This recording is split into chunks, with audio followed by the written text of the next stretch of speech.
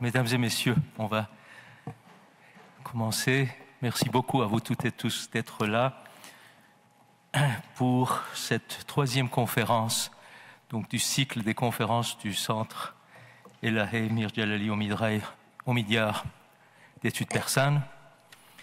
Et je suis très heureux et très honoré d'accueillir mon ami, le professeur Houchang Shahabi, pour cette troisième conférence et qui donc va nous parler de entre tradition et occidentalisation, état et vie quotidienne en Iran entre les deux grandes guerres. Je vais dire juste un mot sur professeur Shahabi avant de laisser la parole à mon ami Constance Arminjon qui vous dira un mot sur son œuvre. Professeur Houchang Shahabi est professeur émérite de relations internationales et histoire à l'Université de Boston. Il est né le 22 février 1954 à Téhéran, de mère allemande et de père iranien, et il a passé son enfance entre l'Iran et l'Allemagne. Mais il obtient le bac en 1971 dans le célèbre lycée Alborz, que beaucoup d'entre vous connaissent bien. Après le bac, en 1972, il vient en France et puis il fait des études à l'Alliance française, à l'Université de Caen et puis à Sciences Po, où il est diplômé en 1977. Ensuite, il se rend aux États-Unis, où il obtient son doctorat en sciences politiques à l'université de Yale en 1946. 86, pardon. La même année 1986, il est nommé assistant professeur à Harvard et puis associate professeur jusqu'en 1994, toujours à Harvard. De 1995 à 1997, il est Visiting Associate Professor à l'Université de Californie, Los Angeles, UCLA. Et puis, de 1998 à 2022, il y a 2 ans, donc, il est professeur titulaire donc, en relations internationales et l'histoire à Boston University. Il a été chercheur et enseignant à l'Académie autrichienne des sciences à Vienne, en Autriche, à l'Université St Andrews, en Écosse, à l'Université de Cambridge, en Grande-Bretagne, et il a été le président de l'Association internationale d'études iraniennes. Il est l'auteur d'une œuvre importante, un grand nombre d'articles et de directions d'ouvrages collectifs. Je ne vais citer que quelques-uns de ses ouvrages personnels qui ont fait date. D'abord, Iranian Politics and Religious Modernism, The Liberation Movement of Iran under the Shah and Khomeini, donc, qui a été publié à Cornell University Press en 1990.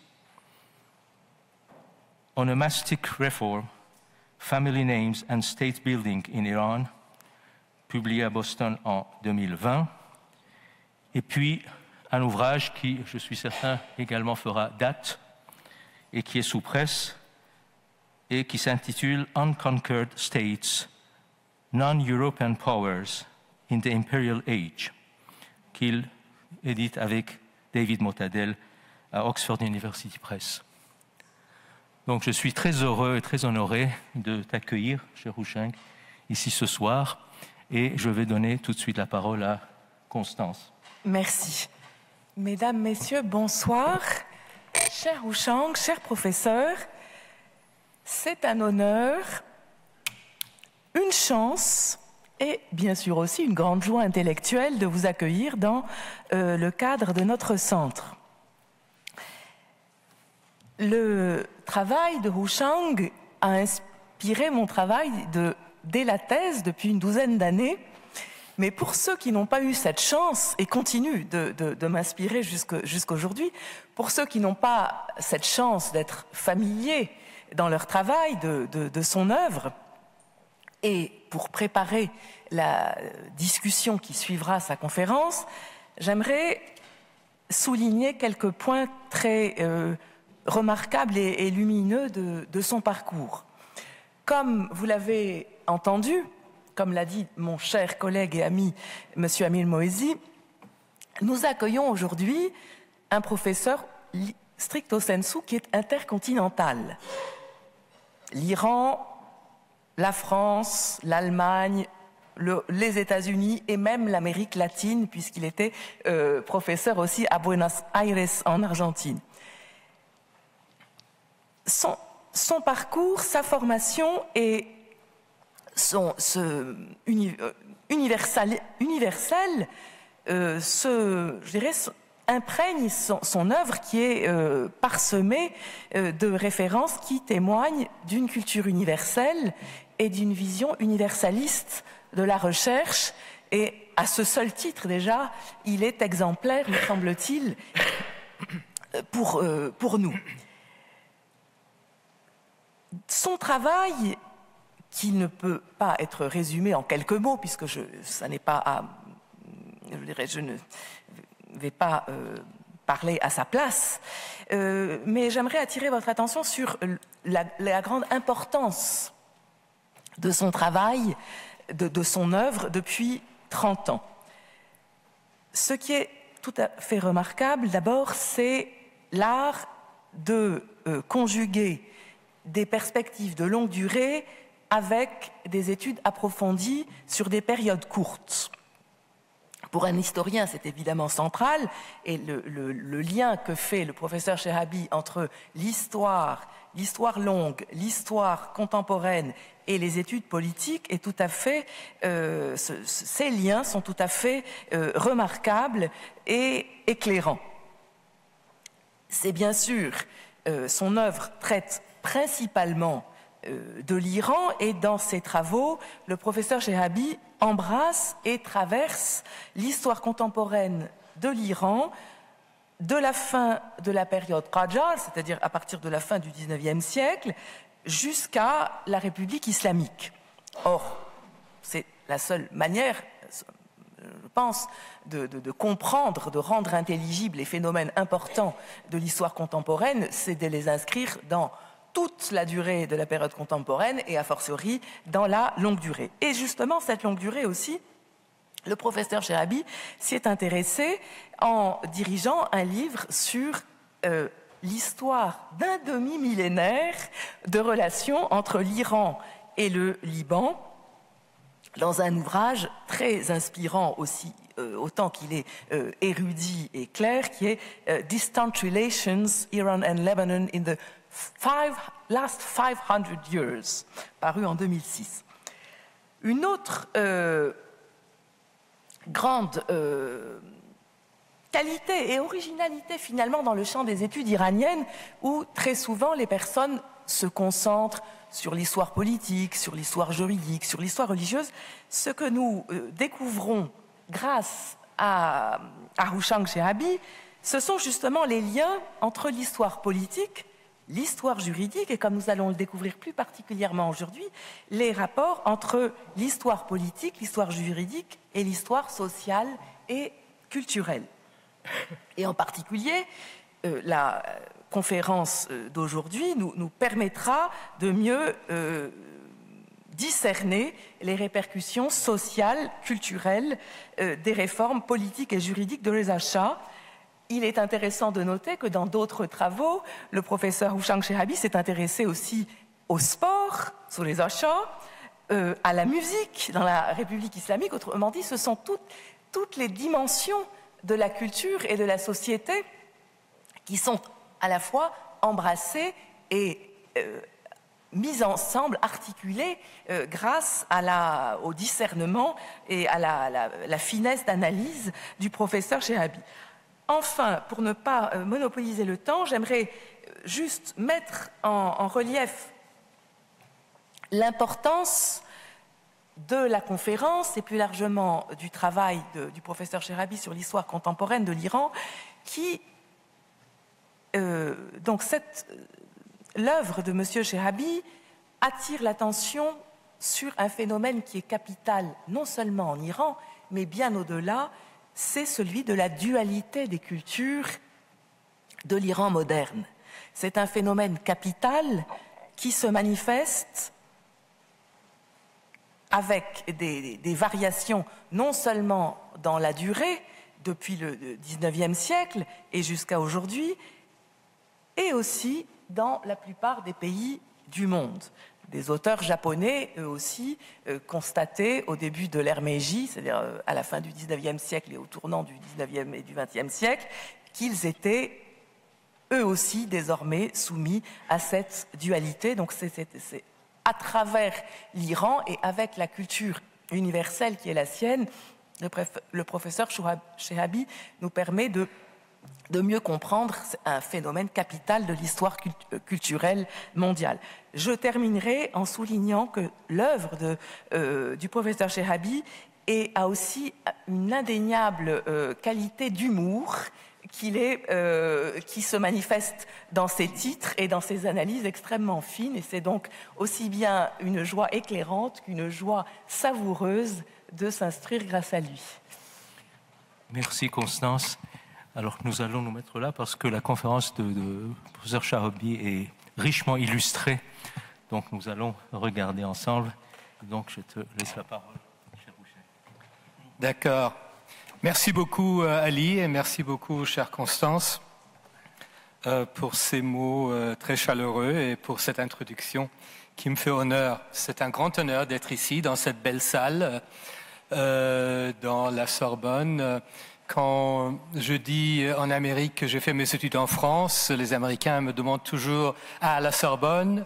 J'ai dit non, seulement Sciences Po. Et puis, donc, je suis très content d'être là pour la première fois.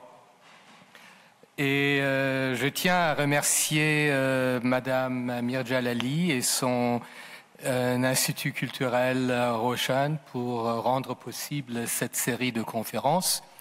Et surtout, j'aimerais aussi remercier Madame Lamotte et Madame Lippert pour l'aide qu'ils m'ont donnée pour préparer cette conférence. Donc, dans ma conférence d'aujourd'hui, je vais parler surtout de l'Iran sous le règne de Reza Khan, puis Reza Shah, de 1921 à 1941. Époque où l'État iranien moderne fut établi. Et l'influence de la culture occidentale sur la société iranienne ne commence pas dans les années 20 du siècle passé.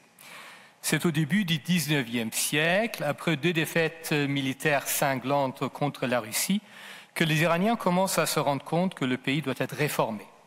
Et dans la mesure où tous les pays développés sont des pays occidentaux, les réformes entraînent nécessairement une certaine occidentalisation. Cette occidentalisation commence dans le domaine militaire avec le Nizam-e-Jadid d'Abbas Mirza, continue dans le domaine d'éducation avec la fondation du Darul-Funun, la première école moderne du pays, et débouche sur le domaine politique par l'adoption d'une constitution en 1906. Une constitution inspirée par celle de la Belgique. Après cet événement clé, c'est le tour du système juridique et puis de l'administration territoriale dont les réorganisations s'achèvent sous Reza Shah. Tout cela est bien connu et je ne m'y attarderai pas. Ce qui m'intéresse, c'est l'impact des réformes sur la vie quotidienne des citoyens. Et pour cela, il faut se pencher sur le domaine culturel, car déjà sur le Qajar au XIXe siècle, des réformes innovantes avaient eu des dimensions et des conséquences culturelles qui avaient suscité des critiques des milieux musulmans. C'est à mon avis pour 2 raisons. D'une part, la charia islamique régit beaucoup d'aspects de la vie quotidienne et intime des croyants, et d'autre part, elle les met en garde contre l'imitation des infidèles, tashabuh bil kuffar, les exhortant à se distinguer des infidèles.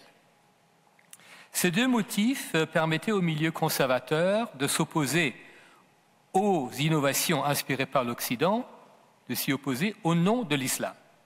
C'est un problème que les réformistes iraniens avaient en commun avec leurs homologues ottomans, mais qui n'étaient pas partagés par ceux du Japon ou du Siam, les autres États asiatiques qui, comme l'Iran, ont échappé à la colonisation occidentale directe et où donc la modernisation était d'origine locale.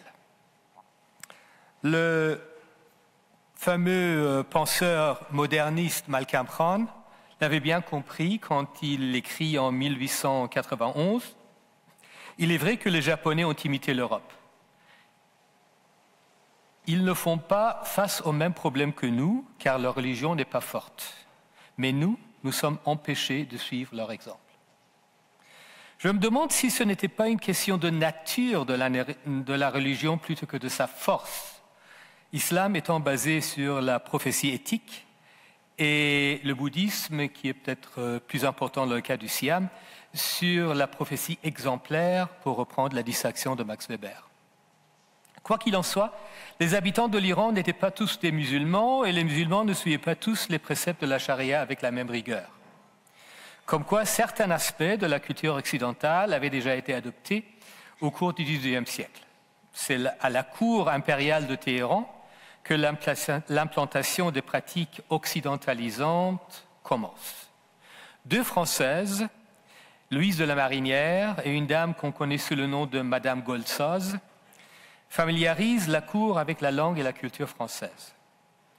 En plus, la présence des diplomates européens incite le Shah et son entourage d'adapter le protocole officiel aux normes européennes pour ne pas apparaître barbare, entre guillemets, aux yeux des étrangers. À ces étrangers, on doit faire une bonne impression, étant donné qu'ils représentent des pays puissants, de la volonté desquels dépend la survie de la Perse comme État souverain. Dans le discours des modernistes, on trouve toujours le désir de faire comme les pays, entre guillemets, civilisés. La cour est suivie par l'aristocratie, plus sûre d'elle-même et moins soucieuse du regard d'autrui. Enfin, avec la naissance d'une petite classe moyenne éduquée au début du XXe siècle, un nombre grandissant de personnes font connaissance avec la culture européenne, non pas seulement en Europe, mais aussi dans la région du Caucase et en Inde. À cette époque-là, il y a beaucoup d'Indiens à Bombay et à Calcutta, par exemple.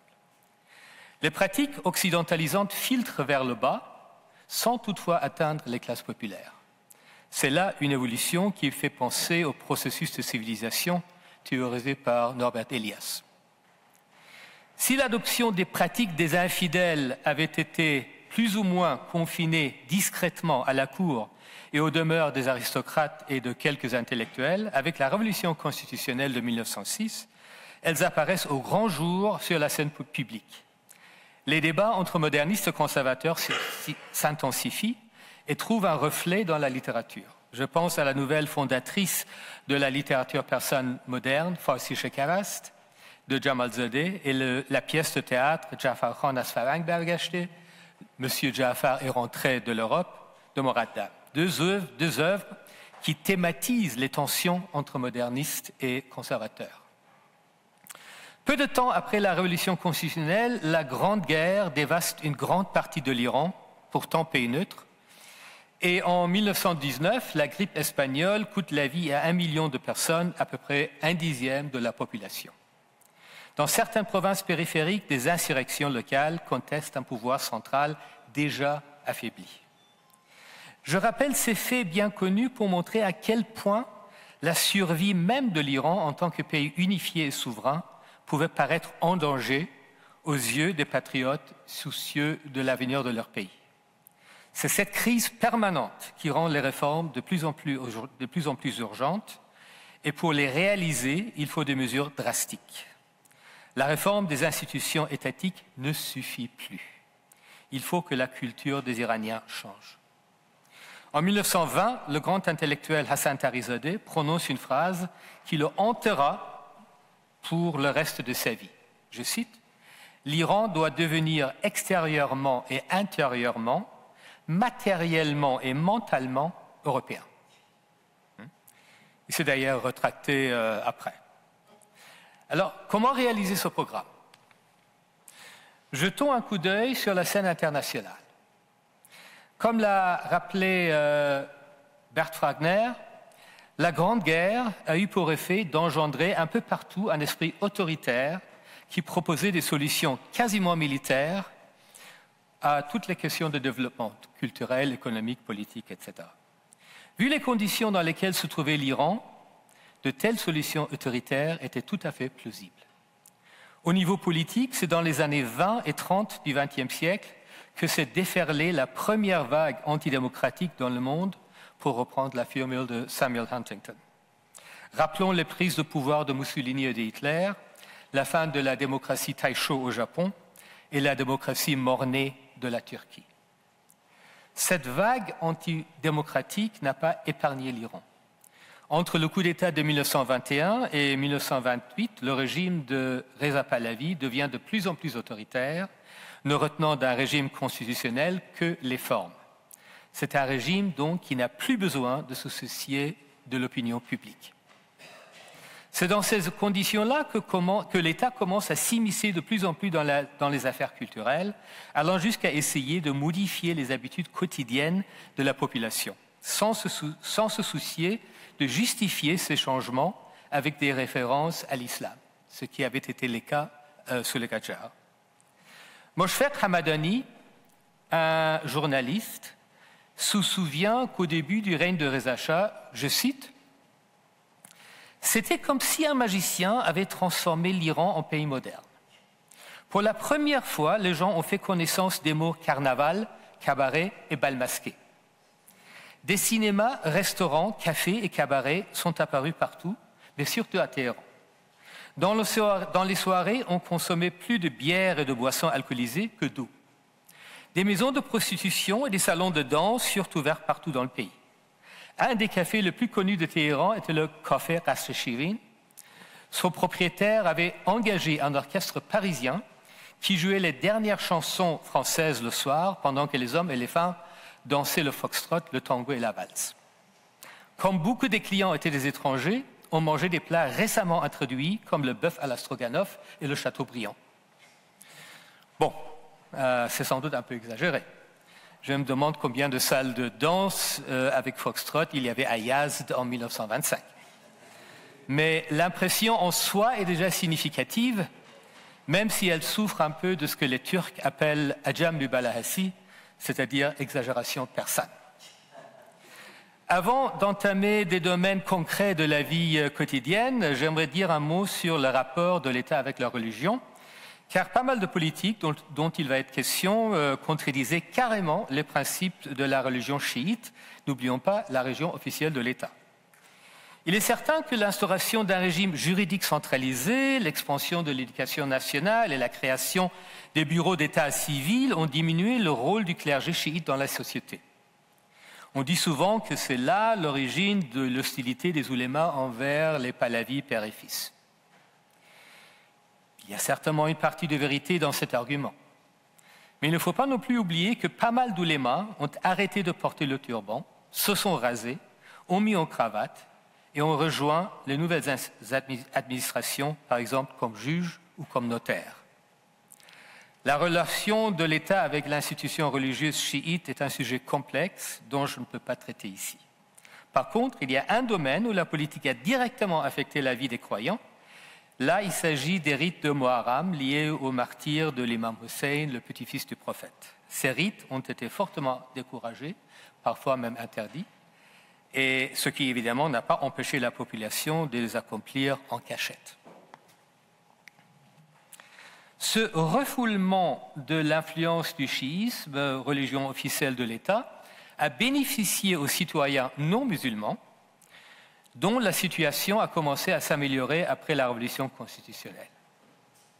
Ceci dit, il ne faut pas oublier que c'est pendant le règne de Reza Shah que l'État a fermé les écoles bahaïs et les écoles arméniennes et qu'un député juif, un membre du Parlement représentant la communauté juive, a été exécuté. L'âge d'or des Iraniens non musulmans sera le règne de Mohammad Reza Pahlavi. Bon, passons à la vie quotidienne. Je veux commencer par parler d'un ensemble de mesures qui, à première vue, n'ont pas beaucoup en commun. Les bureaux d'état civil, la conscription et l'introduction des noms de famille obligatoires. Un État moderne doit savoir qui sont ses citoyens et combien il y en a. C'est surtout important si on veut introduire un service militaire obligatoire, et c'était bien le cas dans les années 20, puisque la création d'une armée puissante paraissait souhaitable vu la fragilité de l'Iran comme État souverain. Problème auquel j'ai fait allusion. Pour le service militaire obligatoire, il faut bien savoir quels sont les jeunes hommes qui atteindront l'âge de 18 ans chaque année. Pour cela, il faut des bureaux d'état civil où sont enregistrés les 4 événements majeurs de la vie: naissance, mariage, divorce et décès. Donc, commençons par ces bureaux. Pour des raisons évidentes, il n'était pas possible de mettre sur place des bureaux d'état civil dans tous les villages. Il y en avait 50 000. Alors, on a mis en place des agents qui se déplaçaient dans les villages et au sein des tribus pour demander aux gens quel âge ils avaient.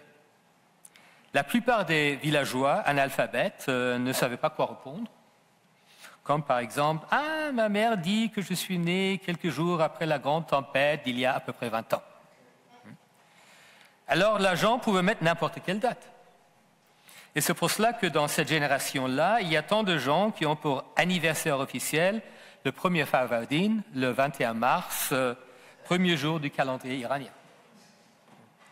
D'autres agents, moins scrupuleux, menaçaient d'indiquer une date de naissance correspondant à un âge de 18 ans si l'homme interrogé ne payait pas un pot de vin. Je te donnerai 18 ans et tu partiras à l'armée. Il paraît que c'est arrivé assez souvent puisque le Parlement iranien s'est vu obligé de réviser la loi initiale suite à des plaintes. En ce qui concerne les femmes, on avait un autre problème, car il était bien sûr hors question que les femmes parlent directement aux agents de l'État. En plus, les hommes rechignaient à révéler le nom de leur femme, le prénom de leur mère, de leur femme ou de leur fille à un homme étranger qui vient de la capitale. La conscription elle-même était très impopulaire car elle produisait des manques de main-d'œuvre dans les villages au moment de la récolte. Mais elle a quand même contribué à la création d'un sens de citoyenneté chez les recrues. Une fois enrôlés, turcophones et persophones, gens de Khorasan et de Kerman, musulmans et non-musulmans, citadins, villageois et nomades, se côtoyaient dans les casernes, contribuant à la naissance d'un sentiment d'appartenir à la même nation. C'est le processus que le grand historien Eugène Weber analysait pour le cas de la France dans son chef-d'œuvre « Peasants into Frenchmen », dont la traduction française porte le titre « La fin des terroirs ». Passons au nom de famille. Comme on sait, la liste des prénoms était assez restreinte parmi les Iraniens musulmans, au moins pour les hommes. Mohammad, Ali, Hassan, Hossein, Ahmad, Reza et quelques d'autres. Où on avait des prénoms composés à partir de quelques prénoms simples. Ali Mohammad, Mohammad Ali. Alors, comment distinguer les 200 Ali d'un quartier de Téhéran? En ajoutant des épithètes. Ça donne Ali Rassab, Ali le boucher, Ali Tabrizi, Ali de Tabriz, Ali Kachal, Ali le chauve, Ali Divounet, Ali le fou, Mashtali, Karbalaï, Ali et Hajj Ali, s'ils avaient fait le pèlerinage à Mashhad, Karbala ou la Mecque. Mirza Ali, si Ali savait lire et écrire. Ali Mirza, si c'était un prince. Ali Aura, si c'était un petit marchand du bazar.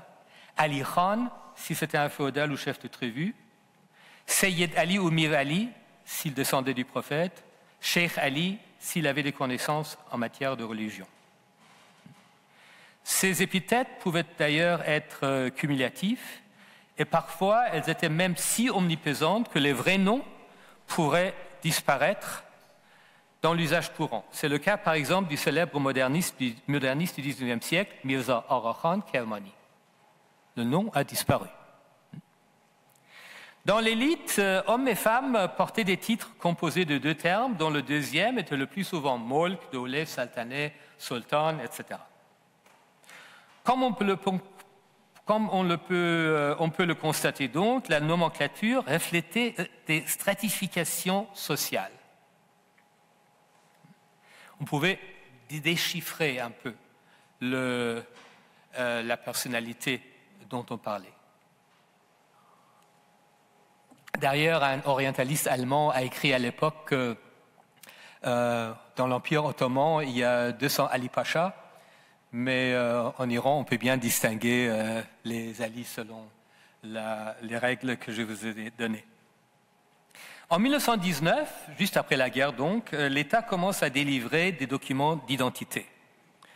Là, vous en avez un, Wizarate Dakhele, ministère de l'Intérieur. Et au fur et à mesure qu'ils adoptaient des noms de famille, les hommes mettaient des annonces dans les journaux pour faire connaître leur nouveau nom. Là, par exemple, un monsieur qui s'appelle désormais Monsieur Mojavad dit que j'annonce au public que mon nom est Mojavad, mais il signe quand même avec son vieux nom Mirza Seyyed Asadullah Khan Shokat Sultan. La Mojavad est vraiment plus court que Mirza Seyyed Asadullah Khan Shokat Sultan. Alors, pourquoi l'introduction des noms de famille paraissait si nécessaire? Je pense qu'on peut distinguer 3 raisons. D'abord, c'était un signe de civilisation aux yeux des Européens. Et persuader les Occidentaux que les Iraniens étaient un peuple civilisé était une préoccupation constante.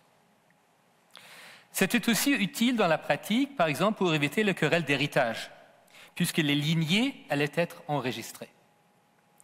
Et enfin, on pouvait espérer que l'imposition d'un régime anthroponymique unique, prénom, nom de famille, allait effacer les différences de statut social et contribuer ainsi à l'égalité entre les citoyens. D'ailleurs, au même moment où on a rendu les noms de famille obligatoires, on a aboli les titres et un peu plus tard les épithètes comme Khan et Mirza.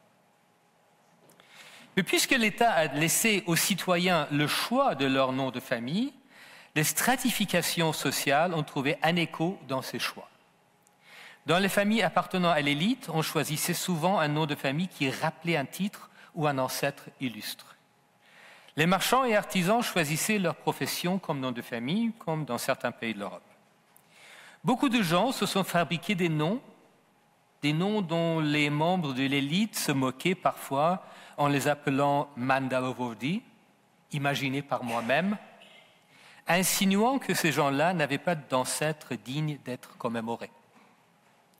Qui plus est, l'usage des noms de famille au quotidien variait selon la classe sociale.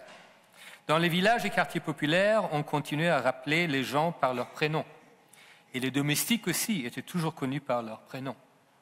En revanche, dans les écoles, même dans les écoles primaires, les enfants s'appelaient par leur nom de famille. Bien que les vieux titres aient été abolis, d'autres sont apparus qui procuraient de la distinction à ceux qui les portaient. Je pense à docteur, Mohandes, ingénieur, et Timsar pour les officiers de l'armée. D'une façon générale, on peut affirmer que les noms de famille ont été acceptés facilement par la population, beaucoup plus par exemple qu'en Turquie, où tout le monde, même de nos jours, parle encore de Hassan Bey et de Zeynep Hanım. C'est seulement parmi les membres du clergé chiite qu'il y a eu des réticences. Et il y en a pas mal qui ne portaient pas leur nom officiel au quotidien. Le nom officiel de l'ayatollah Khomeini était Mostafevi, celui de l'ayatollah Khalkhali était Saderi. Selon les mémoires d'un ouléma auxquels j'ai eu accès, la raison est la suivante. Quand un jeune séminariste talabé arrivait à Najaf, on lui demandait d'où il était.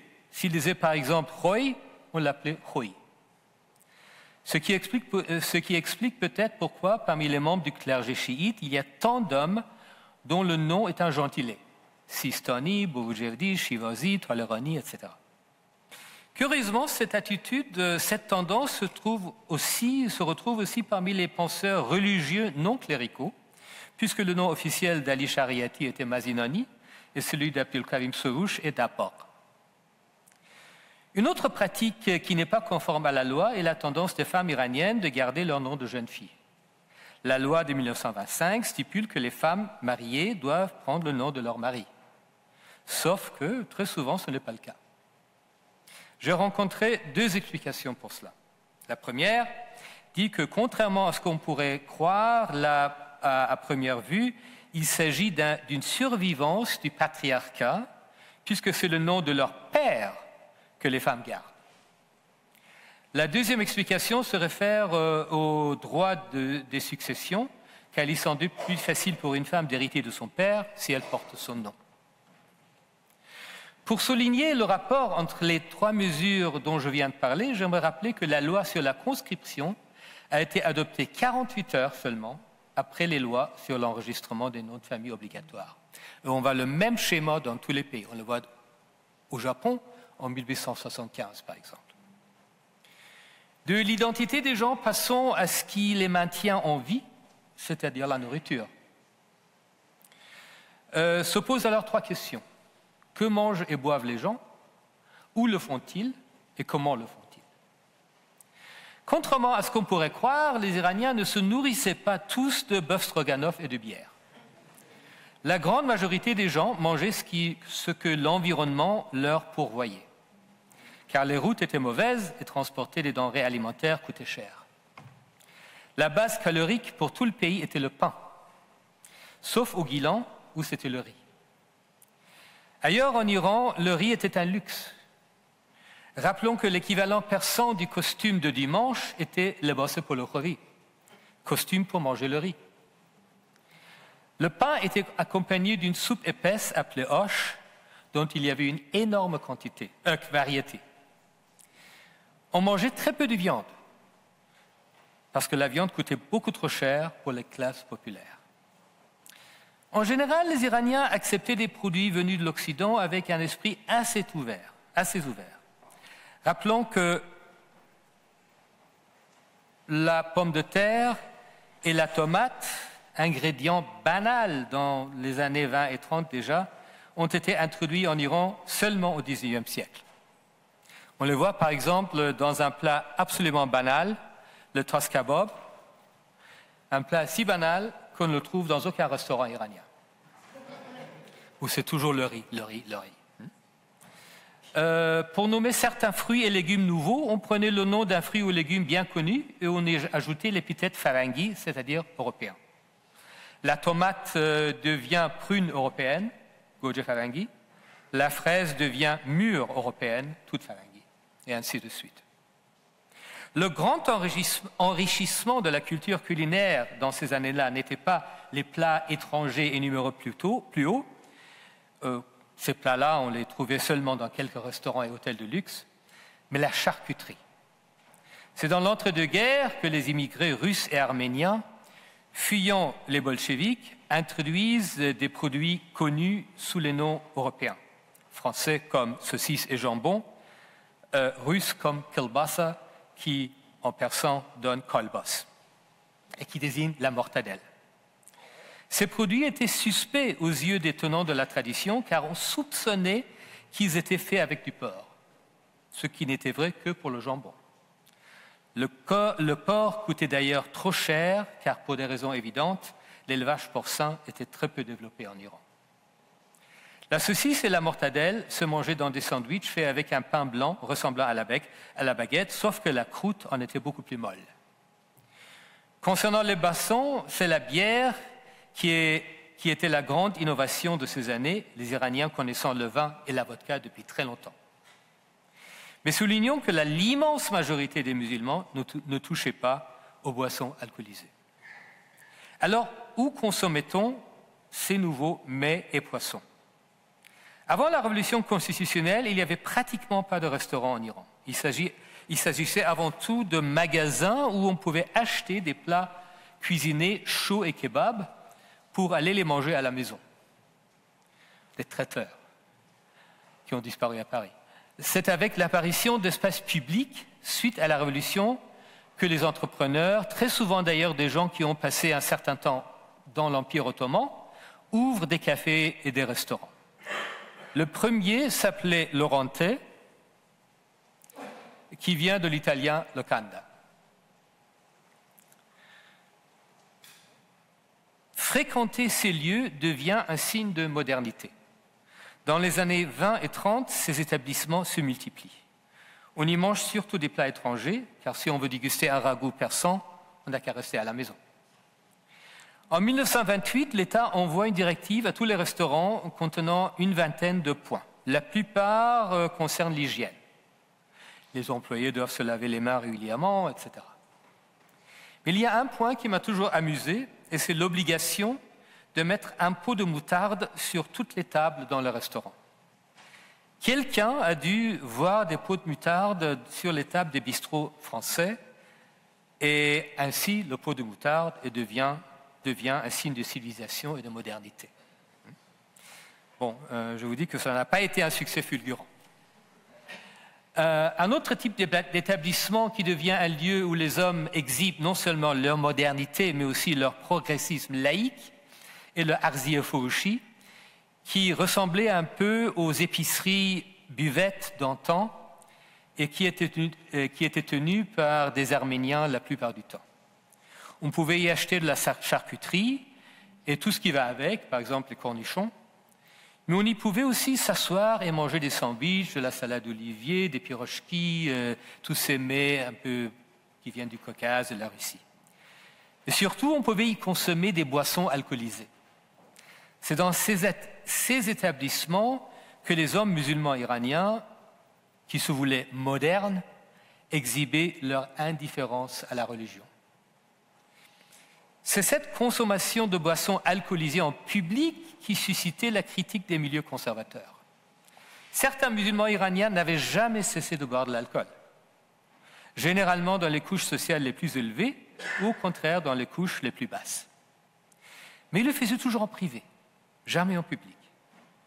Boire de l'alcool tout en admettant que c'est un péché et en espérant que Dieu vous pardonnera est une chose. Boire de l'alcool comme si c'était la chose la plus normale du monde est un blasphème. Dans un fameux ouvrage du Moyen-Âge, le Siyasat-Nameh de Nizam-ul-Mulk, le grand vizir de Seljouk, on trouve une anecdote qui illustre bien les règles de bienséance à cet égard. Une nuit, le roi se saoule avec un de ses compagnons. Le matin venu, l'homme veut rentrer à la maison, mais le roi le prévient que si la police l'attrape, il ne pourra rien faire pour lui. Il lui conseille donc de passer la journée au palais. L'homme répond que personne n'osera arrêter l'ami du roi et sort. Bon. Il est arrêté et reçoit des coups de fouet. Quand il revoit le roi le soir vivant, celui lui dit « Je t'avais prévenu ». Passons au troisième volet, comment mangeait-on ? Traditionnellement, les Iraniens mangeaient avec leur main droite, souvent avec l'aide d'un morceau de pain, sauf évidemment pour les soupes hoches qu'on mangeait avec des cuillères en bois. C'est à la cour que commence l'usage des couverts dans les années 1870, quand le Shah se préparait à visiter l'Europe. Petit à petit, l'élite s'est mise à utiliser des instruments métalliques pour manger, et après l'élite, la classe moyenne éduquée. L'usage iranien se distingue de celui de l'Europe par l'utilisation de la cuillère pour manger le riz, qui relève d'ailleurs du bon sens, vu la consistance du riz iranien. D'ailleurs, on mange le riz avec des cuillères dans d'autres pays asiatiques aussi, quand on ne veut pas ou on ne peut pas se servir de baguette. Au Siam, par exemple, l'actuelle Thaïlande, c'était le roi Chulalongkorn lui-même qui a ordonné à ce sujet de manger le riz avec des cuillères, dans les années 1890. Au Japon, on mange le kare raisu avec une cuillère, comme vous le voyez ici. L'autre changement dans la sphère domestique est l'introduction d'une salle à manger dans les demeures des classes aisées. Traditionnellement, il n'y avait pas de salle spéciale pour prendre le repas, même dans les palais royaux. On étendait une nappe soffrée par terre, là où on voulait manger, et les gens s'agenouillaient autour de cette nappe. Souvent, 2 personnes se partageaient une assiette. Et c'est pour ça, justement, à cause de cette nappe, le soffré, qu'au début, dans les familles aristocratiques, on appelait la salle à manger sofrekhane, l'endroit du soffré. C'est seulement après que le mot otar enahakhovi, salle à déjeuner, s'est popularisé. Pas salle à manger, mais salle à déjeuner. Cette appellation montre d'ailleurs que le plat principal du jour était celui du midi. Petit à petit, des tables et des chaises sont apparues. D'abord à la cour, là vous voyez le ministère des Affaires étrangères, et après dans les familles aristocratiques et la classe moyenne, selon le modèle qu'on a déjà vu. Je passe au dernier domaine, le domaine vestimentaire. C'est ici que l'ingérence de l'État dans la vie quotidienne des citoyens a causé le plus de ressentiment. L'occidentalisation des pratiques vestimentaires iraniennes commence aussi au début du XIXe siècle avec l'introduction d'uniformes dans la nouvelle armée d'Abbas Mirza. Ce sont les bottes qui ont suscité la critique des oulémas, qui faisaient remarquer qu'il est plus difficile d'enlever des bottes que des chaussures pour faire ses ablutions wudu avant la prière. Le fils d'Abbas Mirza, Mohammad Shah, était le premier souverain qui s'habillait à l'européenne. Et cette nouvelle coutume était après reprise par le fils de Mohammad Shah, Nasser-Eddin Shah, qui a régné pratiquement pendant la deuxième moitié du XVIIIe siècle. L'occidentalisation de l'habit masculin a trouvé ses limites aux deux extrémités du corps, c'est-à-dire la tête et les pieds. En Occident, un homme enlève son couvre-chef, mais garde ses chaussures quand il entre dans une maison. En Orient, c'était le contraire. En Iran, le couvre-chef des hommes dans les villes était le kola, soit en fourrure pour l'élite, là vous voyez Nasser-Eddin Shah lui-même avec son costume à l'européenne et son kola à l'iranienne, soit en feutre pour les gens qui n'appartenaient pas à l'élite. On le gardait toujours sur la tête, ce chapeau, même quand on saluait la reine Victoria. Les hommes instruits portaient souvent des turbans, qui à l'époque n'étaient pas encore le couvre-chef distinctif du clergé chiite. Dans les provinces et au sein des tribus nomades, l'habillement local était assorti de couvre-chefs spécifiques. Après la révolution constitutionnelle, des hommes éduqués et éclairés commencent à enlever leurs turbans et s'habiller à l'occidental. C'est le cas, par exemple, de Mohammad Taghi Bahar, le dernier poète lauréat. Là, vous le voyez, c'est la personne à gauche qui a son turban, et là, vous le voyez après. Mais ces hommes-là restent une minorité. Et dans le peuple, on se moque d'eux en les appelant fokkoli. Fokkoli, un mot qui vient du mot français focole. En août 1927, Reza Pahlavi, qui est maintenant Shah, empereur, et le gouvernement instituent un chapeau unique pour tous les hommes. C'est l'équivalent un peu tardif du fez ottoman. Un chapeau unique pour les hommes qu'on appelle kola Pahlavi, le chapeau des Pahlavi, qui ressemble un peu au képi porté par les officiers français et belges. Lui-même le portait. Là, vous voyez un timbre avec Reza Shah et son chapeau. Quelques mois après, en 1928, le costume occidental devient obligatoire aussi. Là, vous voyez un monsieur avec costume cravate et ce kola Pahlavi. Pour les récalcitrants, il y avait toute une gamme de punitions allant du licenciement pour les employés de l'État aux amendes, voire séjour en prison pour les autres. Le but de l'opération, éliminer les distinctions locales et sectaires. C'est une mesure hautement jacobine d'un État centralisateur qui pense que si les citoyens se ressemblent, ils vont aussi se rassembler dans une nation une et indivisible. Pour l'élite, cela ne pose pas de problème. Et pour les non-musulmans, c'était la grande joie qu'elles pouvaient maintenant se noyer dans la masse. Mais pour les couches pauvres de la société, se procurer un costume occidental était onéreux. Alors des marchands ambulants commencent à frapper aux portes des étrangers et des Arméniens pour leur acheter leurs vieux habits, qu'ils revendent ensuite aux pauvres. Sont exempts de cette mesure les membres du clergé et de tous les clergés. Comment prouver qu'on est assez instruit en matière de religion pour mériter cette distinction ? C'est à l'État de décider. Si on remplit les critères, l'État délivre un permis de turban. En voilà un. Et en voilà un deuxième qui porte la photo du membre du clergé. Cette exemption était perçue comme insultante par le clergé chiite pour deux raisons. Primo, elle portait atteinte à son indépendance, puisque c'était maintenant l'État qui décidait qui était un vrai ouléma. Secondo, elle mettait sur un pied d'égalité le clergé chiite avec les mobettes zoroastriens, rabbins juifs et prêtres chrétiens. Une conséquence inattendue de cette exemption est que le clergé chiite a été constitué comme un groupe visiblement à part dans la société, une sorte de caste même. Ceci a contribué à renforcer leur homogénéité et leur esprit de corps. L'imposition du chapeau Pahlavi n'a pas changé l'étiquette. Les hommes étaient toujours tenus à garder ce chapeau sur la tête à tout moment. Cela posait un problème dans les situations où les étrangers étaient présents. Ou, par exemple, pour les diplomates iraniens à l'étranger lors des réceptions diplomatiques à Vienne ou à Berlin. En 1934, Reza Shah devait partir pour un voyage officiel en Turquie.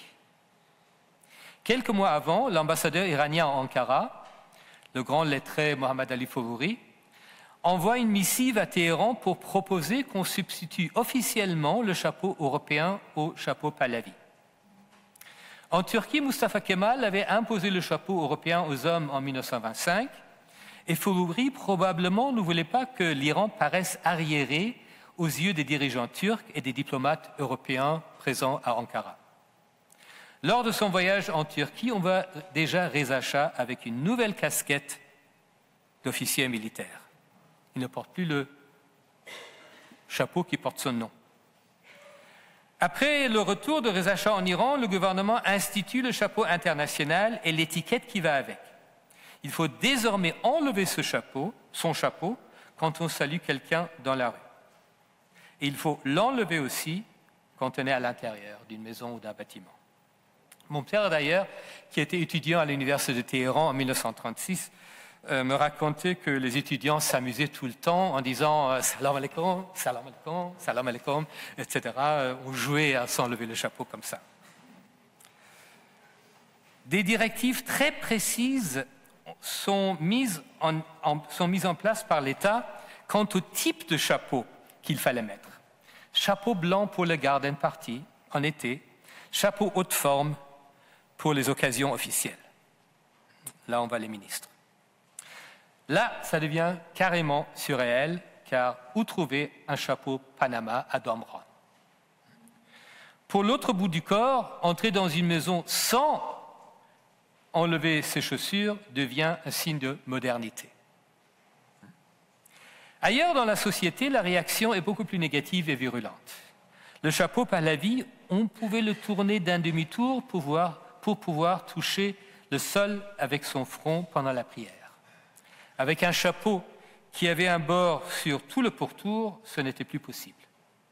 En plus, le chapeau Pahlavi était spécifique à l'Iran, alors que pour le chapeau international s'opposait le problème de l'imitation de l'infidèle Tashabbuh bil Kuffar. Il paraît que les oulémas de Najaf ont émis une fatwa contre le port du chapeau international, mais je ne l'ai pas vu. En dehors de ces considérations religieuses, ce chapeau posait des problèmes parce qu'il coûtait cher. Dans certains villages, les hommes mettaient leurs ressources en commun pour acheter un seul chapeau qu'ils portaient à tour de rôle chaque fois que l'un d'entre eux allait en ville. En plus, c'est en 1935 que dans les milieux officiels, on commence à parler du dévoilement des femmes. Et on commence par une série de conférences, par des séminaires, etc., pour préparer l'opinion publique à cette nouvelle mesure occidentalisante.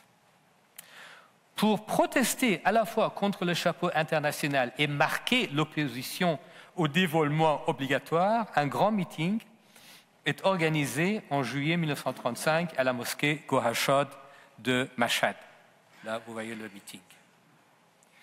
L'ordre de se disperser n'est pas respecté et le vendredi 13 juillet, la police tire sur la foule et tue beaucoup de monde. Les estimations varient de quelques douzaines à quelques milliers, comme toutes les estimations de ce genre en Iran. Si le chapeau a causé des problèmes, le costume européen a été accepté sans grande réticence. Ici, il faut que je précise que, pour passer aux pratiques vestimentaires des femmes, que ce qu'on entendait par hijab à cette époque n'était pas le foulard qui couvre les cheveux de la femme, comme c'est actuellement le cas, mais c'était un tissu qui couvrait le visage, le tissu blanc que vous voyez ici. Un peu comme le costume que les talibans imposent aux femmes en Afghanistan actuellement. À partir de la révolution constitutionnelle, ce voile était contesté par les modernistes. Et dans ces milieux modernistes, les femmes commencent à se dévoiler en privé dès la deuxième décennie du XXe siècle. En 1924, la célèbre chanteuse Qamarul Muluk Vaziri donne un concert au Grand Hôtel de Téhéran où elle brise 2 tabous à la fois. Selon la charia, une femme ne doit pas chanter devant les hommes. Elle ne doit pas montrer son visage non plus. C'est comme ça qu'elle se présentait sur scène en 1924. Après son concert, il y a eu des émeutes autour du théâtre et elle et son entourage doivent être sauvés par la police qui vient à leur rescousse. Ce que ces femmes modernistes voulaient était le droit de ne pas se couvrir le visage en public. Car même en Europe, les femmes portaient des chapeaux en public à cette époque. Donc se couvrir le cheveu n'était pas le problème. Le problème, c'était le visage. Ce qui a retardé le développement officiel en Iran, ce sont les événements dans l'Afghanistan voisin. Lors de son voyage en Europe en 1927, avec son époux, le roi Amanullah, la reine Soraya d'Afghanistan s'est montrée non seulement dévoilée, mais carrément décolletée. La presse internationale était ravie. Là, c'est marqué en anglais « Queen Soraya Tarzi, Progressive Royal ». Mais les Afghans n'ont pas apprécié. Une révolte a éclaté et le roi et la reine ont dû s'exiler quelques mois après leur retour en 1928. Alors, Reza Shah a préféré rester prudent pour le moment. On sait que Reza Shah n'aimait pas du tout que d'autres hommes voient les visages de ses femmes et de ses filles. Après tout, un homme assez traditionnel. Mais comme il l'a confié à ses filles, la princesse Ashraf, il a décrété le dévoilement obligatoire des femmes pour que les Européens ne se moquent pas de l'Iran. Surtout qu'en Turquie, pays dans lequel le dévoilement n'a jamais été obligatoire pour la population générale, il avait pu constater que le dévoilement était beaucoup plus avancé qu'en Iran. Après la démonstration de force de Mashhad, le moment était venu. Le 7 janvier, la reine et ses 2 filles ont assisté à une remise de diplôme dans une école de jeunes filles en costume européen. Vous voyez la reine à droite et derrière elle, les 2 princesses, Shams et Ashraf. Ceci était le signal pour le reste de la population. L'État est donc allé bien au-delà de ce que les femmes modernes iraniennes avaient demandé. Le dévoilement n'était pas une option, mais une obligation. Pour la minorité éduquée, le dévoilement était incontestablement une libération et beaucoup de femmes en ont profité. Mais pour la plus grande partie de la population, c'était une ingérence scandaleuse de l'État dans la sphère la plus intime de la vie. La police avait d'ailleurs ordre de faire respecter la loi par la force, si nécessaire. Aller au hammam, au bain public, devenait un cauchemar, car il fallait éviter la police. Et on sait à quel point aller au bain était important en raison de l'accent mis sur l'hygiène personnelle dans l'islam. Sur les photos prises à l'époque, on peut entrevoir le malaise que le dévoilement pouvait causer aux femmes qui n'y étaient pas habituées. Dans les régions frontalières de l'Iran, surtout dans le sud, pas mal de familles ont émigré vers la côte sud du Golfe Persique. Certaines familles citadines ont préféré se relocaliser dans les villages, loin du pouvoir central. Aucune politique du gouvernement n'a contribué autant à l'impopularité du régime de Reza Shah Pahlavi que le dévoilement obligatoire des femmes. Quelques semaines après l'abdication de Reza Shah en 1941, la police a reçu l'ordre de ne plus appliquer cette interdiction. Et à partir de ce moment-là, l'État n'a plus dicté aux gens comment s'habiller jusqu'en 1980. En conclusion, j'aimerais souligner que ces habitudes du quotidien dont je viens de parler, ont été intériorisées par l'élite et une partie de la classe moyenne en Iran, pour qui elles étaient même un signe de distinction par rapport à la population générale. Ceci a produit une coupure dans la population iranienne, ainsi que des tensions culturelles, cette société duale auquel la révolution de 1979 n'a pas mis fin, bien au contraire, comme on le voit dans le soulèvement du septembre 2022. Merci.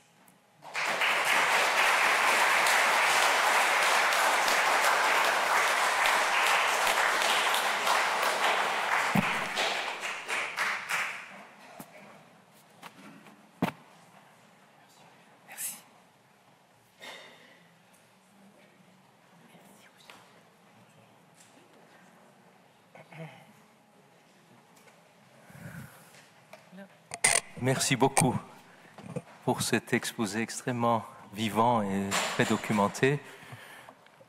Alors, nous allons commencer l'échange avec la salle. Et merci d'avoir respecté scrupuleusement le temps qui t'était imparti. Peut-être, donc, je donne la parole à Constance Arminjon pour ouvrir les échanges. Merci Ali. Et merci encore, cher Wuchang. Votre conférence suscite, je n'ai peut-être même pas besoin de le souligner, de très nombreuses et vives réminiscences. Réminiscences sur le début du XXe siècle et réminiscences et échos aussi à des événements dramatiques plus récents. Comment commencer? Eh bien, justement, commencer par votre conclusion, c'est-à-dire que vous avez conclu en notant la coupure dans la population iranienne, et en même temps, vous faites partie des historiens de la période de Reza Shah, qui montrent à la fois les changements profonds, mais qui, par leur attention au quotidien et par l'attention à l'intériorisation de certaines pratiques, vous permettez de dédramatiser l'historiographie de Reza Shah. Il me semble que, comme l'ont noté Christophe Werner et Bianca DeVos dans un livre auquel vous avez participé en parlant de l'introduction du sport sous Reza Shah, c'est un autre aspect qui n'a pas été évoqué ici, mais qui fait partie de la même... Je n'avais qu'une heure. Comment? Je n'avais qu'une heure. C'est ça. Mais c'était pas du tout... il y a jusqu'à aujourd'hui, en Iran, et notamment chez les Iraniens, mais malheureusement ça se répercute aussi chez des historiens qui ne sont pas iraniens, une vision dramatique et binaire de l'histoire contemporaine de l'Iran.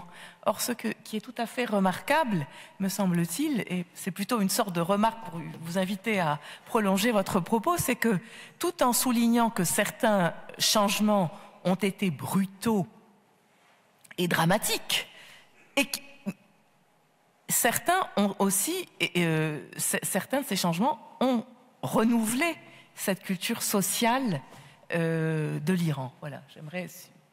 Oui, tout à fait. Moi, je réagis dans mes travaux contre une vision qui part de l'hypothèse qu'il y a l'État et la société. L'État impose quelque chose et la société résiste. Moi, je pense que les hommes et des fois les femmes qui formulent les politiques de l'État, ce ne sont pas des martiens. Ce sont des gens qui viennent de la société et qui ont une certaine base sociale dans la société. Donc, moi, je préfère ne pas parler de l'État et de la société, mais de la coupure à l'intérieur de la société avec deux élites concurrentes. Et l'élite moderniste est remplacée par l'élite traditionnaliste en 1979. Merci. Peut-être ouvrir les... Je vous invite à... J'invite ceux qui souhaitent poser des questions à se manifester. Il y a un micro baladeur, Oui. je ne sais pas où, si vous parlez fort, on peut s'en passer. Est-ce que je suis censée bouger ou comment? Non. Oui.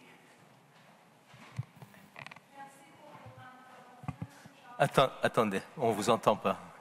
J'entends rien.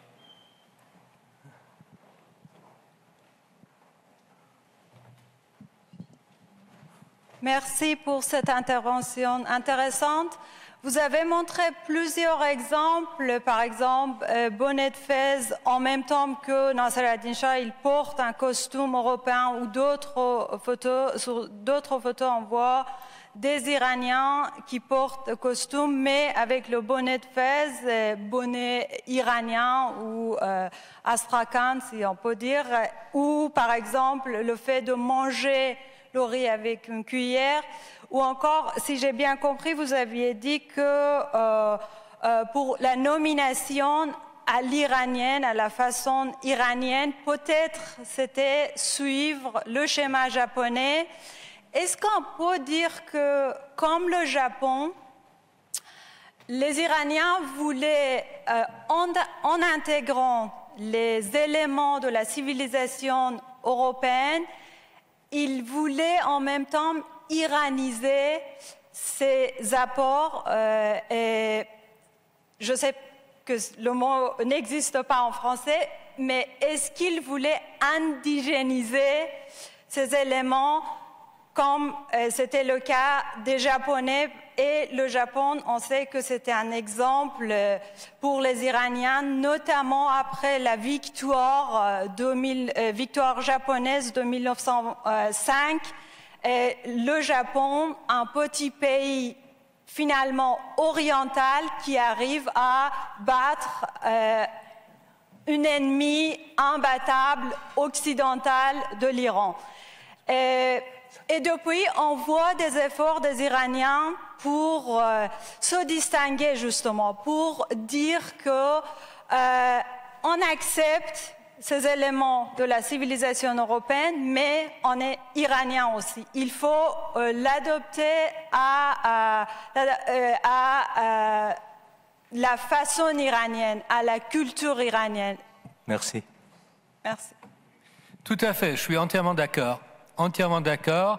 Dans ces États-là, comme le Japon, l'Iran, la Turquie, le Siam, tous ces pays qui n'avaient pas été décolonisés, on voulait devenir à la fois plus cosmopolite et plus national.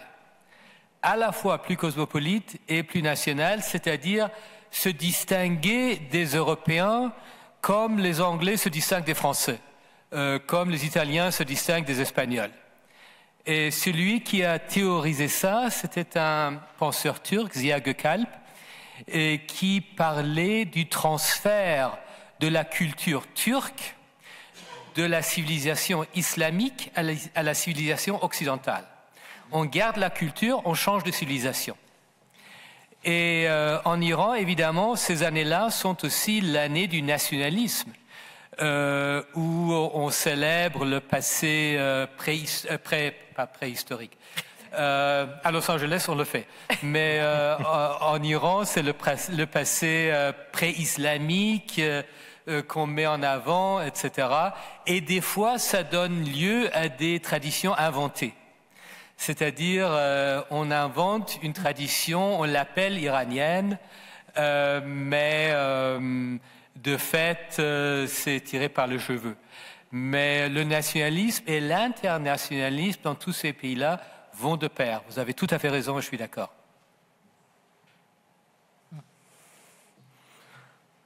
Autre question? Monsieur Salomatien. Attendez, on va vous porter le...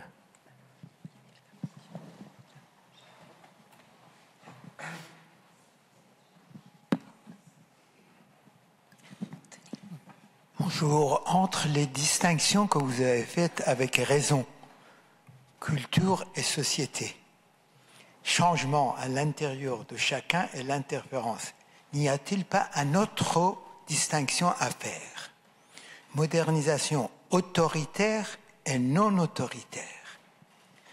La modernisation venue par une décision de pouvoir, peut-être pour d'autres choses, d'autres circonstances, et qui peut souvent créer le contraire au point de vue de l'adhésion de la population qui est l'objet de cette modernisation contre les signes de modernité. Différentes manières ruses de l'histoire. Je vous donne un seul exemple. Je me suis penché sur les structurations de José de Rome comme le deuxième capitale de l'Iran à l'époque de Pahlavi. Ce que j'appelle un certain équilibre entre le roi Reza Shah et un autre ulama qui pour la première fois porte le nom de Sultan al-Ulama, c'est-à-dire c'est Hayri.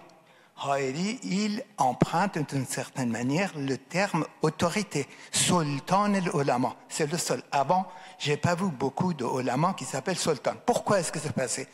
Une petite phrase de la loi à laquelle vous avez fait référence, la loi sur l'uniformisation des habits, qui exempte de porter l'habit de chèque uniforme pour les religieux. Et pour se distinguer comme religieux, il faut avoir autorisation de ijtihad ou de porter d'un des mollahs qui sont 4 grandes sources d'imitation, dont 3 sont partis à Najaf. Il y a un seul qui est resté à Téhéran, Hayri. Et à partir de ce moment-là, la puissance de ce sultan al-ulama qui attribue aux gens le pouvoir d'être exemptés de service militaire comme religieux, de prendre les impôts religieux, d'aller faire dans les villages des sermons religieux, d'accord? Et porter l'habit, se distinguer avec les autres, ça devient un élément fondamental des structurations de ce que nous avons vu en 1960. 2 sociétés, un à Rome, avec un nouveau dirigeant et la guerre de succession de Bourdieu, et un autre qui est le problème de succession de roi. Donc je dis, on assiste, c'est un petit changement autoritaire, vouloir faire l'uniformisation de vêtements. La même chose, je le trouve, pour le problème de hijab. Je m'excuse de vous avoir trompé. Je voudrais avoir votre avis sur cette relation entre introduction de modernité par l'autoritarisme ou par un travail beaucoup plus lent à l'intérieur de sociétés avec une évolution de la société. Merci. Oui, encore une fois, je suis absolument d'accord. Les deux ont lieu en même temps. La modernisation, d'abord, c'est un mot que je n'aime pas tellement parce que je ne vois pas en quoi un chapeau européen est plus moderne qu'un chapeau iranien. Moderne dans le sens de querelle des anciens et des modernes, oui. Mais moderne dans le sens de modernité, la mise en avance de la subjectivité ou tout ça, j'ai mes doutes. D'ailleurs, en Iran, on parlait de tajaddud, c'est-à-dire la nouveauté, ce qui est nouveau. Tout ce qui est nouveau n'est pas nécessairement moderne. Mais passons. Mais les changements auxquels vous faites allusion, je suis d'accord.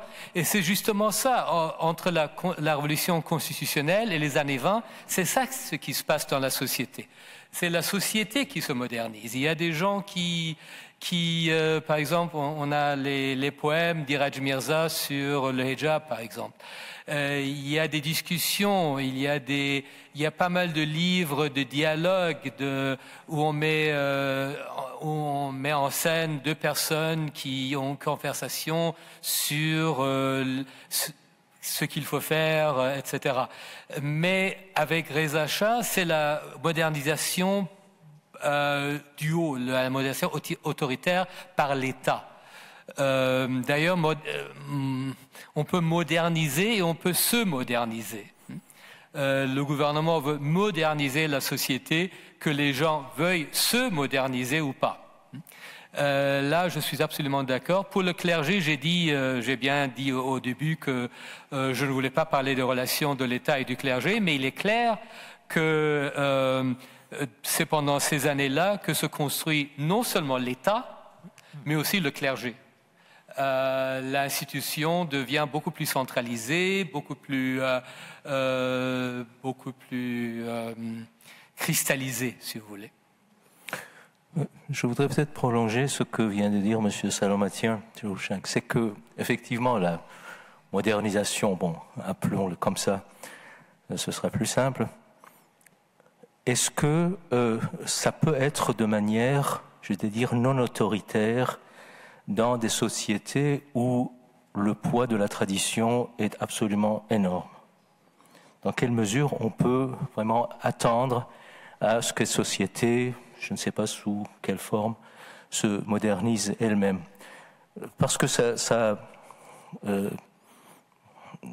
se fonde en quelque sorte. Tu as toi-même donné plusieurs exemples de la résistance du clergé à l'égard de ce renouvellement des choses.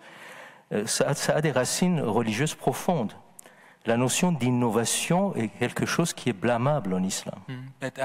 Bed'at, n'est-ce pas? Ceux qui sont, c'est-à-dire dans tout le Moyen-Âge, les penseurs étaient très sévèrement punis lorsqu'on considérait que même au niveau de la pensée, ils avaient recours à une sorte d'innovation, n'est-ce pas? C'est en soi quelque chose. Pour une raison simple, c'est que pour la tradition, l'avenir se trouve derrière soi. C'est pour ça qu'on les appelle les salafistes, les adeptes des vieux anciens. En quelque sorte, c'est-à-dire la société idéale se trouve, n'est-ce pas, au début de l'islam. Et donc, effectivement, le progrès est d'aller vers ce passé. Donc, effectivement, bon, quand on regarde dans les sociétés musulmanes, ce qui se passe en Iran, par exemple, après 79, on accepte quelque chose de la modernité et même de la surmodernité au niveau technologique, peut-être, oui. Mais au niveau des mentalités, ça se passe autrement. Ce qui crée aussi des déchirures. C'est-à-dire entre justement une société qui technologiquement est extrêmement avancée, mais spirituellement et mentalement, l'avenir et le progrès se trouvent derrière soi. Donc effectivement, dans une société, c'est peut-être provocatrice ma question, mais ça pose question. Ça pose question, est-ce que s'il n'y avait pas des mesures autoritaires comme celle d'Atatürk en Turquie ou de Reza Shah en Iran, est-ce que ça aurait fait bouger quelque chose? Mais en même temps, en contrepartie, c'est qu'il y a le refoulé revient à un moment donné. Donc ce qui s'est passé en 79. Mais c'est une grande question, mais qui se pose à l'islam d'une manière générale. Oui, mais je pense que là, il ne faut pas regarder la société comme un ensemble homogène.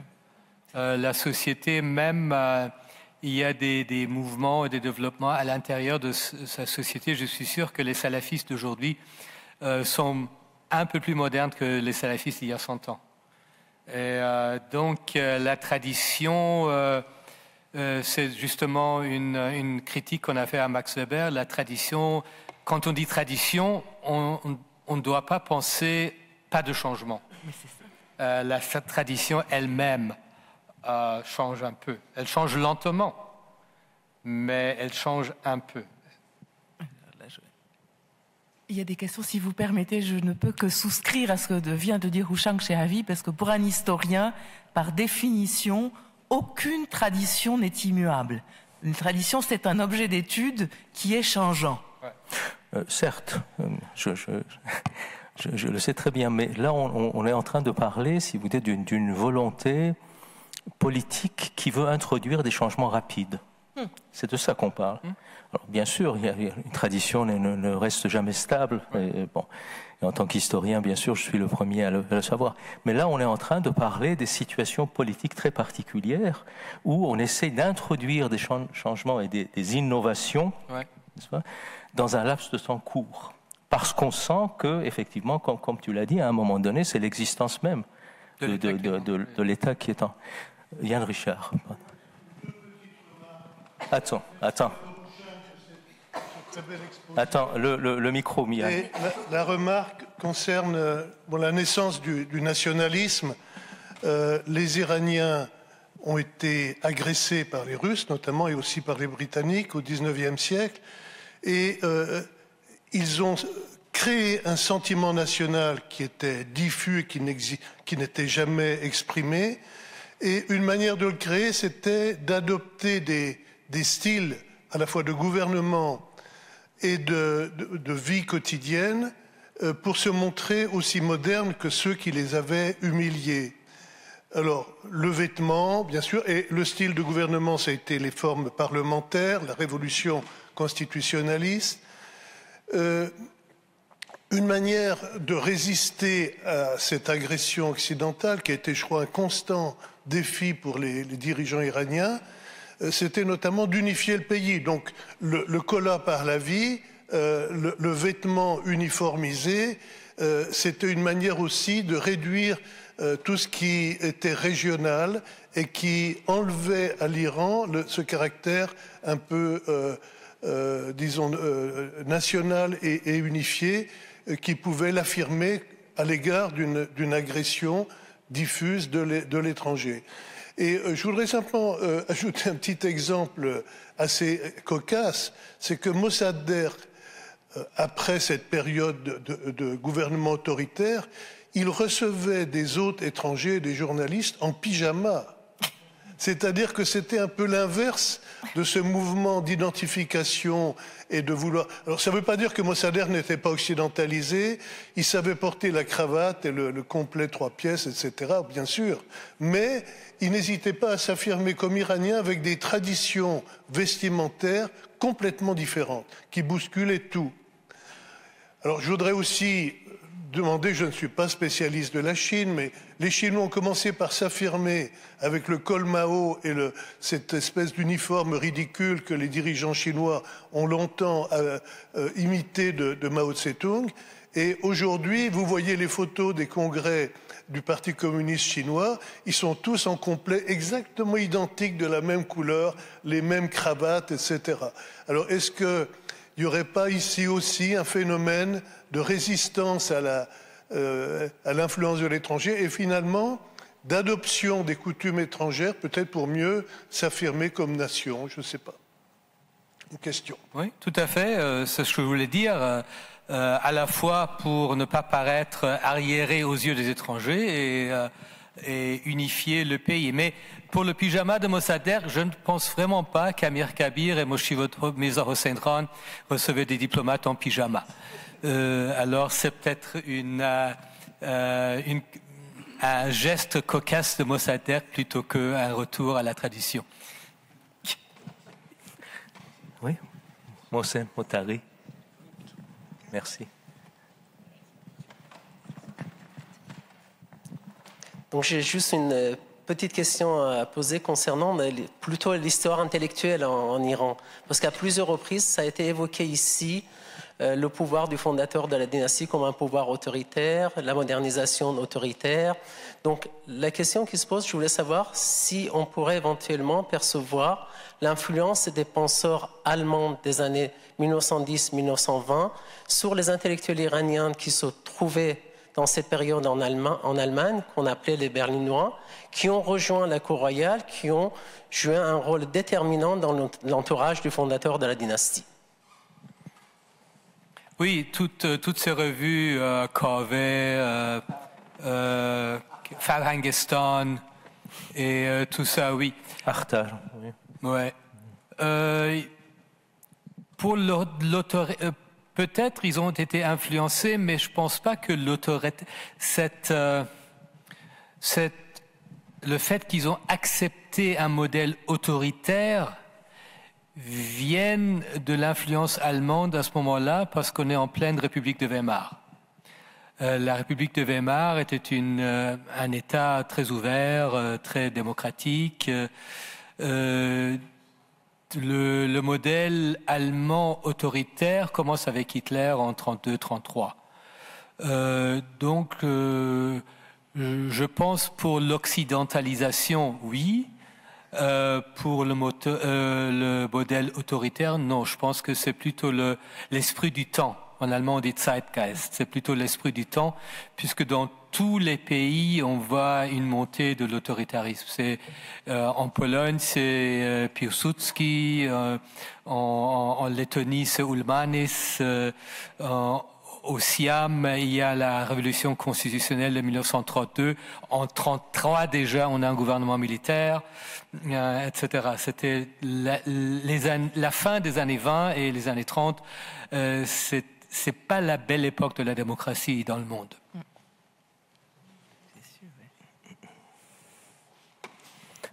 Yann Richard. Les gens de KV et Tarizadeh lui-même, et même dans Farangistan, ils aspiraient à un pouvoir autoritaire qui imposerait ces réformes. Ils le disaient.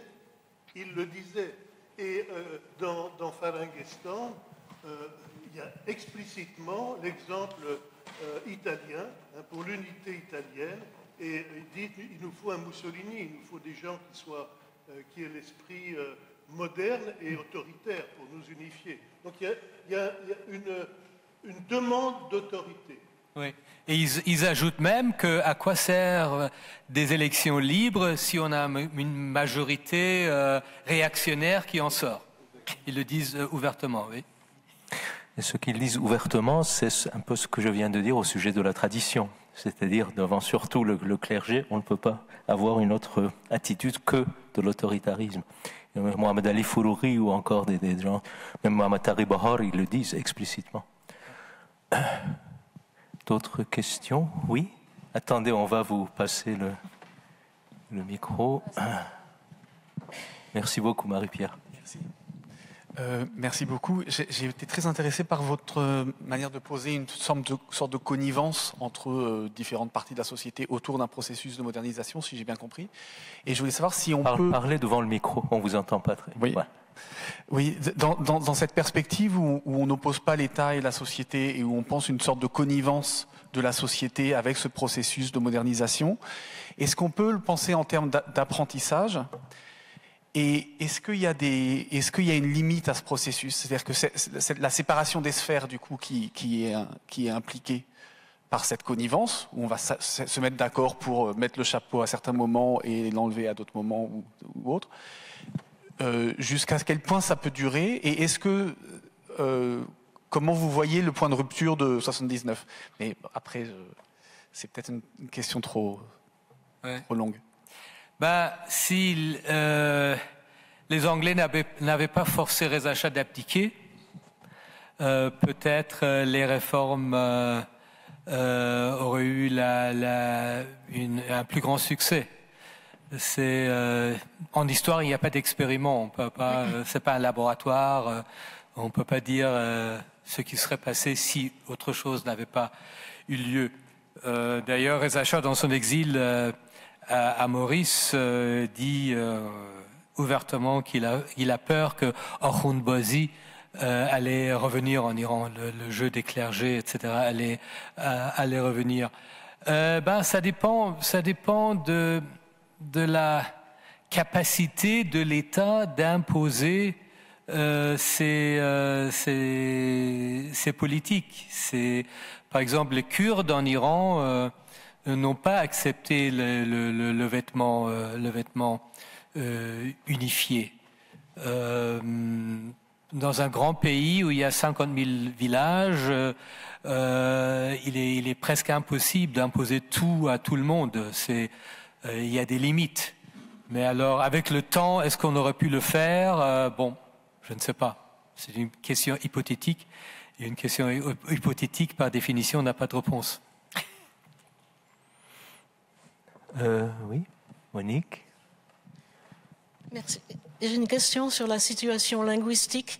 Est-ce qu'il y a eu quelque chose pour l'uniformisation du langage, par exemple dans les écoles? Est-ce qu'on peut comparer à ce qui se passait en France pour imposer la langue française par rapport au dialecte? Tout à fait, tout à fait. C'est le persan qui est devenu la langue. Bon, je ne veux pas faire le jeu des nationalismes périphériques qui prétendent que le persan est devenu la langue officielle uniquement sous les Pahlavis. Le persan a toujours été la langue principale de l'Iran. Et pas seulement de l'Iran, c'était la langue écrite en Afghanistan, la langue écrite dans l'empire des Moghols, en Inde aussi. Mais dans un maktab, par exemple, dans une école primaire religieuse à Tabriz, le professeur s'adressait aux élèves en turc. Et évidemment, il leur enseignait le persan. Mais pour dire, viens, va, assieds-toi, etc., tout ça était en turc. Et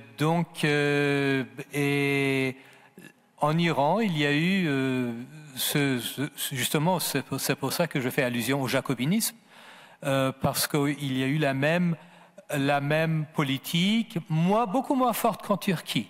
En Turquie, il y a une loi selon laquelle il est interdit de parler une autre langue dans la rue que le turc. La raison, c'est simple, parce que l'Empire ottoman avait disparu. Donc, il fallait mettre une fin au démembrement de l'Empire ottoman. Il fallait se concentrer sur le noyau turc, en oubliant qu'il y avait des millions de Kurdes à côté. Mais en Iran, étant donné que le pays avait survécu dans ses frontières à la Première Guerre, il y avait cette politique, mais elle était beaucoup moins appliquée par la police, etc. Donc les gens ont continué à parler leur langue. D'ailleurs, la reine de Reza Shah était turcophone. Elle venait d'une famille azerbaïdjanaise du nord de la rivière. L'impératrice Farah, qui est toujours en vie, vient d'une famille turcophone. On ne va pas interdire à ces gens-là de parler leur langue. Mais pour ce qui est de l'enseignement, on a par exemple fermé les écoles arméniennes. Il y avait en Iran pas mal d'écoles où la langue de l'enseignement de toutes les matières était l'arménien. On les a fermées sous Reza Shah. On a autorisé des écoles où la langue arménienne était un sujet parmi d'autres. Mais il fallait étudier l'histoire, les mathématiques et tout ça en persan.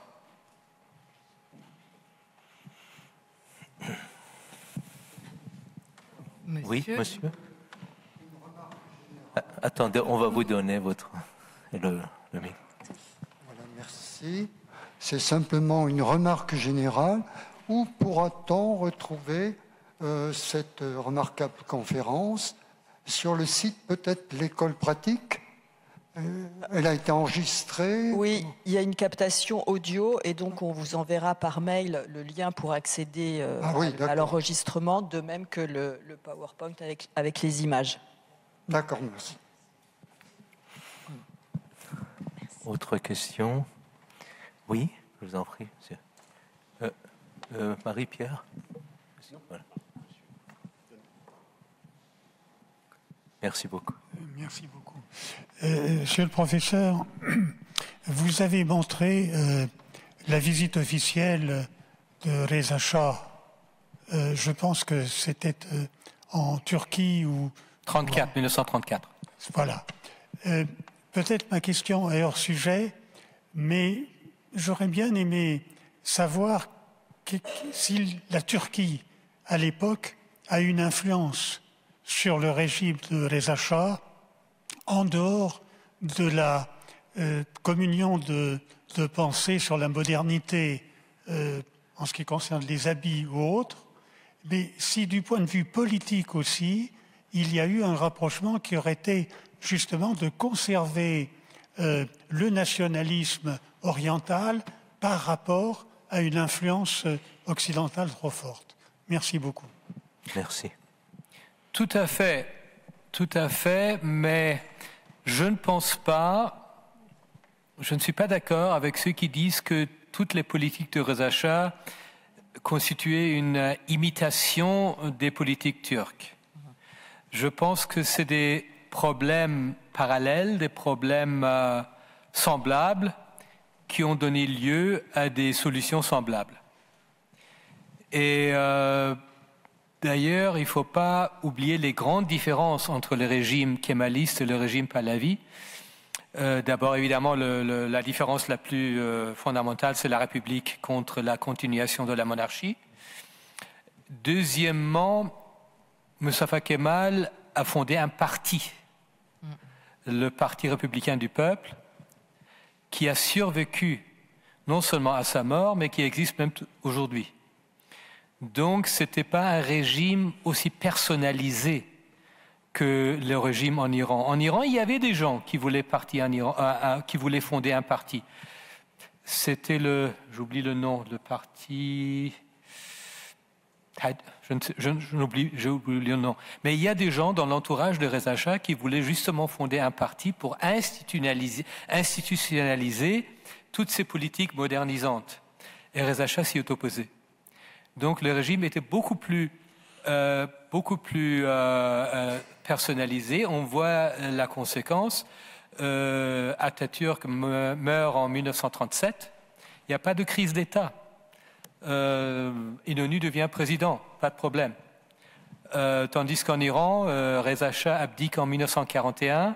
Grande crise. Qu'est-ce qu'on va faire? République, le fils du Shah. Il y a même des gens qui rêvaient d'une restauration Gadjar.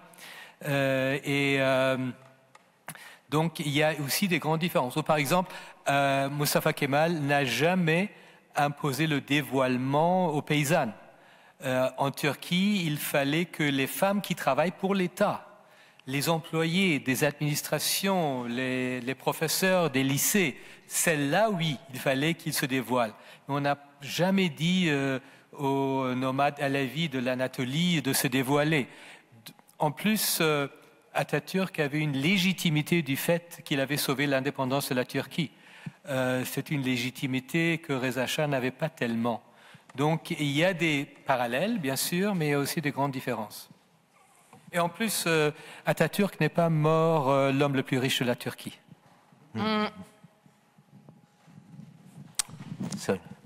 Bonsoir. Une question un peu à la marge.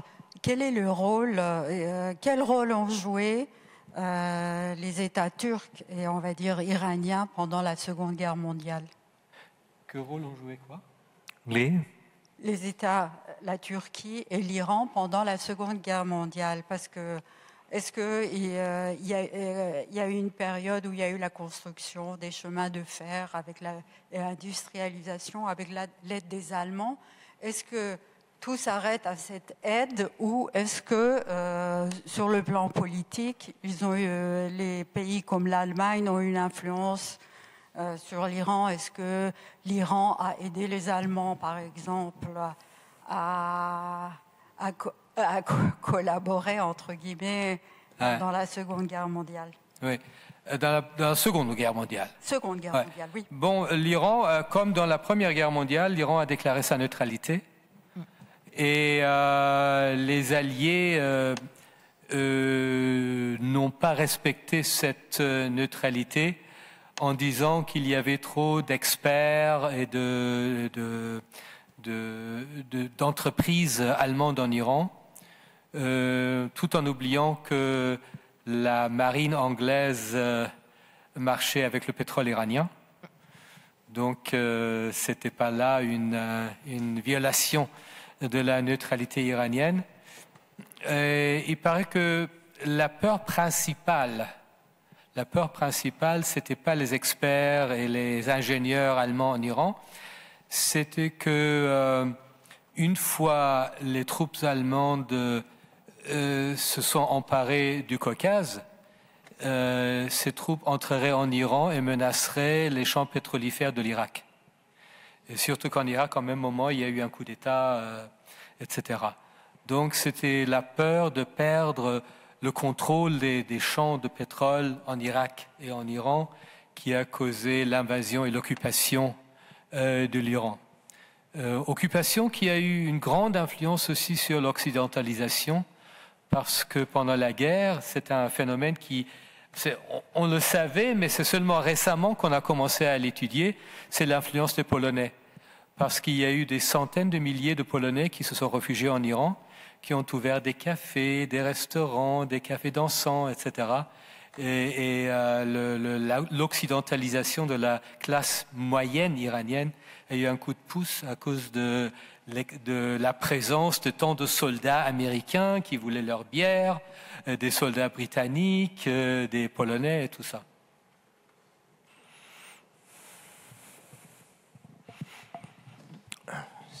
Très bien. S'il n'y a pas d'autres questions, encore une fois, merci d'abord à professeur Chehabi, à vous tous. Alors, vous allez recevoir bientôt donc les invitations pour, là c'est la dernière conférence du cycle 2023-2024. Et donc, vous allez recevoir, comme vous savez, il y a 3 conférences par an du Centre d'études persanes. Donc, sur l'Iran pré-islamique, sur l'Iran médiéval, donc islamique, et sur l'Iran moderne et contemporain. Et donc, vous allez recevoir l'invitation pour les 3 conférences à venir pour le cycle 2024-2025. Merci beaucoup. Merci à vous.